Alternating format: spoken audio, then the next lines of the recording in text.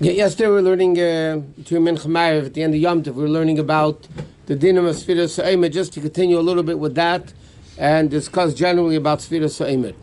Number one, we mentioned that if somebody asks you what day of the, so somebody asks what's tonight's Omer, so the custom Shulchan Aruch says you're supposed to say yesterday was 2. You're not supposed to say what tonight is. Why? Because once you say tonight is 10, so then you did the mitzvah already. If you did the mitzvah already, you can't make a bracha, because once you do a mitzvah, once you shake the lulav, you can't make a bracha on it anymore because you already did the mitzvah. How about One second. What happens though if somebody asks you what's tonight and you say 10? That's all you say, 10?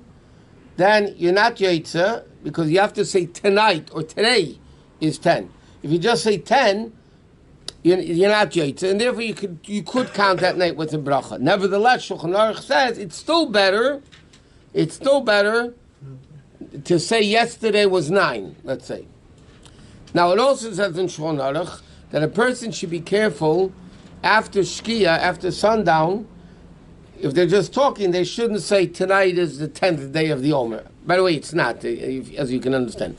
Somebody shouldn't say tonight is the 10th day of the Omer.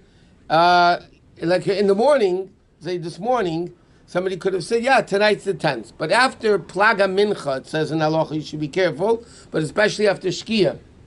A person should be careful after Plaga Mincha, which is an hour and a quarter of halachic hours before sundown.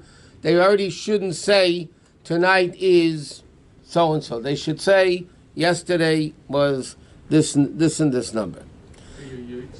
Now, B'diavad you're yoitze, even though l'chatchila you're not supposed to. Therefore, those minyonim that bring in Shabbos early or they daven Ma'ariv early really should count the Omer later in the proper Zman, like Krishma. What? After Tzeis, yeah. So what? When you say the bracha, it says, for example, today is the 10th day of the Omer. So if you tell someone today's the 10th, how is it? Even if you don't say the word la'omer, How? you still, because they're asking you what is tonight's Omer. So you say tonight is 10. So then you mean tonight, 10th day of the Omer. As long as you use the word today or tonight and you say the number, that's no good. I mean, it's good, but you can't make a bracha anymore that night because you already did the mitzvah. And by the way, Sefirat Haomer could be done in any language. It doesn't have to be dafka in Hebrew. What? why do some people say bit omer instead of like we have a minute to say lit omer, but some people I see they say bit omer. Why? Why do they? It's a difference in like any other nusach, the text. Forget, the question is, the Rebbe asks a question, if Chabad custom is we don't say ba'omer, we say la'omer, so why do we call the holiday lag ba'omer? We should call it lag la'omer, because we don't say la'omer, we say ba'omer. Okay, the question is in the omer or to the omer. Difference is how you utilize the days. What's the answer for that question? So the Rebbe brings down that one answer the Rebbe brings is because it's brought down that lag ba'omer, without a vav, is a numerical value of Moshe. And because Rabbi was the neshama of Moshe Rabbeinu, and Moshe Rabbeinu of his generation, so when Yortzeit of Rabbi, we say lag ba'omer. That's the basic answer. Okay. Now, if there's a lot of interesting shayla, like what happens if somebody writes? They don't say tonight is 10. They write, today is the 10th day of the Omer. Are you yait or not? No discussion, Allah, about all these things. You texted or emailed it? Yeah, it would be the same. Well, that's like writing, to a certain extent. Sorry, you They bring down different opinions if you're yait or not. But for instance, even if you say alibes, okay, what happens if somebody says on the 25th night, they say, tonight is Chaf Hey. So the Rebbe brings out, some people say you're Yaitza, some people say you're not Yaitza.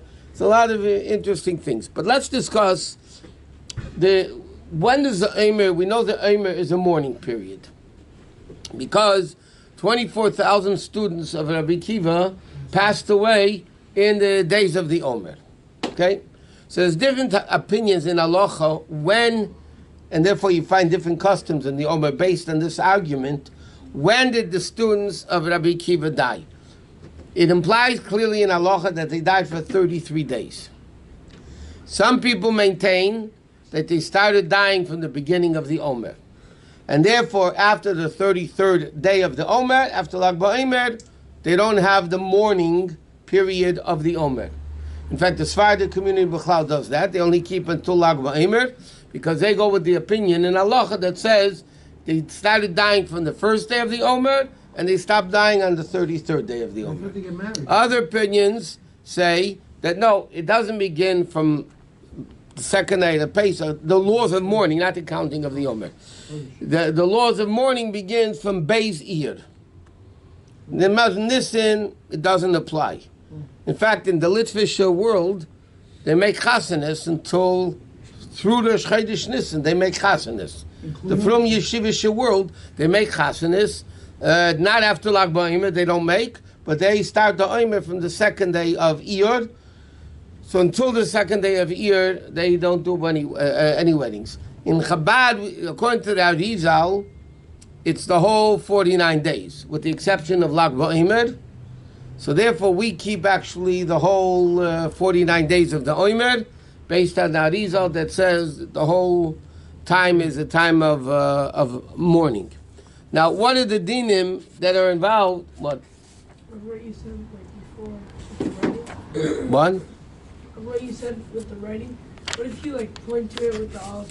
No, you pointed to it, that's nothing. You have to either say it or write it, but if you just point in the siddur, you didn't do anything, you just pointed. If somebody davens by pointing in the siddur, you're not fulfilling the obligation. If you bench, pointing in the siddur, you have to say the words. Question. What? If you party on the third day, why can't you shave or do anything of that effect? You party, you're getting married. Yeah, the dinim of Sefira, by the way, are different times have different dinim. For instance, on Lag BaOmer, you can get married, you can get do music, right? Okay? But even that's not so simple. But according to many opinions, you could take a haircut then for Lag BaOmer also. If you're getting married that day, then you could take a haircut. We don't. It's interesting. The Rebbe had a very interesting custom that Chassidim didn't do, and the Rebbe did it it was a while that he did it, and a while he didn't do it. The Rebbe didn't take a haircut Lag BaOmer unless if Lag BaOmer was Sunday, there were times the Rebbe took a haircut Friday before. Because it says in Shulchan Aruch, if Lag BaOmer is Sunday, so then you could already take a haircut because you're going to take a haircut Sunday for Lag BaOmer, so you could take it already for Shabbos. Like this, a regular Lag BaOmer, the Rebbe wouldn't take a haircut. And then later years, he stopped that also. But there were times when there was Lag BaOmer was Sunday, the Rebbe would take a haircut Friday before Lag BaOmer, like this, and a regular Lag BaOmer didn't take any haircuts. But there's dinim of, I'll give you another example. Shleish Yismei Hagbala, which are the 3 days before Shavuos. We can listen to music, we can get married, but we don't cut our hair. In Chabad, we don't cut our hair until Mamish Erev Shavuos. Well, this year, Erev Shavuos is Shabbos, so then you can take a haircut Friday, even though Friday's not Erev Shabbos. The Rebbe, no, before, doesn't matter. The Rebbe Rashab said that he's not happy with those people that take a haircut and Shlosh Yismei Hagbala. So you see, you can get married, which by the way is stricter than a haircut. You can get married, you can listen to music, you can do everything, but no haircut. So everything has its own difference of Why can't you take a haircut? the Rebbe Rashab said no. That's why. Music, yes. No. The Rebbe didn't take only Erev Shavuos. Music, yes. Music, yes. The barbers would get overloaded. The barbers would get overloaded, yeah. Take it before. So they'll make a living that day. Okay, another thing is, no, 1 second. What am I? Okay, now you're allowed to during the time of the Omer. You don't make a shachianu. Like this, you have a new fruit, you make a shachianu. You buy expensive new clothing, you make a shachianu. During the Omer, we don't make a Shachianu. Which interesting, it became revealed later by the Rebbe in a Yechidus to some chief rabbis of Israel. When they were at the Rebbe said, and the Chassidim didn't know that until then, that on Shabbos you could make Shachianu during the Omer. And during the 3 weeks, between Shavasar B'Tammuz and Tisha B'Av, even Shabbos, the Rebbe writes, we don't say Shachianu. But Sfira halachically is much easier than the 3 weeks. So our minig is that we don't make a Shachianu during Sefirat Haomer, which means you don't need a new fruit, you don't buy new clothing that are expensive, except for Shabbos, because our custom is, even though the Mishnah doesn't say that, but the custom in halacha is that you make a Shachianu not when you buy the garment, but when you wear it. Shulchan Aruch says when you buy a garment, you make a Shachianu. But the halacha is that we make a Shachianu when we wear the, if you make a Shachianu by wearing garments. So you make a Shachianu when you wear the new garment. So then you wear it on Shabbos, and then you can make a Shachianu. We do that, we may do a Shachianu on fruits. No, I'm saying, do we make a Shachianu on a new garment? Like do we buy a new suit? Some people do, some people don't. It depends how... We don't make on a how often you buy it also. You know, years ago, people bought a new suit once every 5-10 years. Okay, so then it was a simcha. Today you buy who knows what you buy. But if somebody buys, let's say, a brand new talis, you don't buy a talis every year, right? So then, in halacha, you'd be allowed to make a shechion, a new talis. But if a pair of socks really makes you happy, you can make shechion. If a new pair of socks makes you happy, there's other brachos that should be made, but not shechion.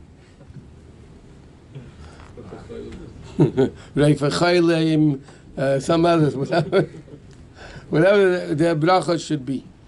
Okay, also, so you don't make, but you're allowed to have, let's say, bar mitzvahs, but you can't have music because we don't listen to music during the time of the Omer. Even on Chol HaMoed? No, Chol HaMoed you could. Chol HaMoed is an exception. By the way, even though there's opinions on Allah that say Chol HaMoed not, but Lepel we don't do that. Chol HaMoed, if you watched Living Torah last night, the Rebbe was speaking to a rally of kids during Chol HaMoed, there was blasting music. You saw the music. Piamenta was playing, Ali Lipsker was playing. They were playing, it was Chol HaMoed, they were playing music in front of the Rebbe. Does it make a big difference if it's live music or if it's pipe music? Generally speaking, most poskim hold that when you're not allowed to listen to live music, you're not allowed to listen to taped music. Some poskim even say a cappella music you shouldn't listen to. Now, a cappella is people singing that make it sound like instruments. It's not really instruments, but that lepel we're making on a cappella. But during, let's say, Sefirat Haomer, a kid is becoming bar mitzvah, so you can make a bar mitzvah, but you can't have music. Now, even Lag BaOmer, by the way, it's not so simple. There are many opinions hold that if there's a wedding Lag BaOmer, you shouldn't get married the night of Lag BaOmer. Only the day of Lag BaOmer. And then, if you got married during the day of Lag BaOmer, then you can continue into the night with the music. Huh? Not at night. Only day? Some poskim hold at night also. According to Kabbalah, L'cha'era, you should be able to get married the night of Lag BaOmer. There was a time the Rebbe didn't want it, and that also changed. That wedding started being the night of Lag BaOmer. But like this year, Lag BaOmer is Thursday. We're talking Wednesday night. So Wednesday night and Thursday night? Yeah, but preferred is to do a Thursday day, and then once you started the chuppah by day, you can extend the wedding into at night. Now, you don't get a haircut during the time of the Omer.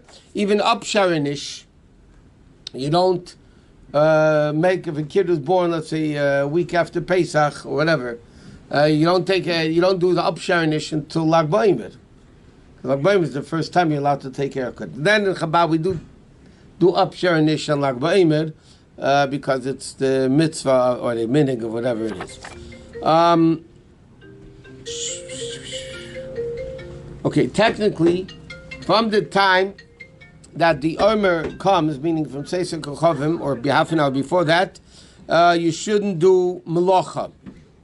Okay, from Shkia until you count the Omer, men and women have a custom. Shulchan Aruch says that they don't do melacha.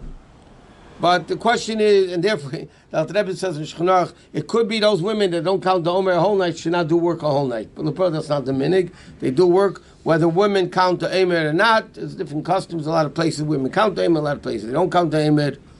Whatever they do is fine. Many times they depend on the woman. Huh? Many times they depend on the woman. Depend on the woman. How high they know to count. Yeah. Okay. Okay. So there's a shit. You can even get engaged during the time of the Omer. Okay. There's one thing. It's too late to get into now about the international date. Then we'll deal with that next time.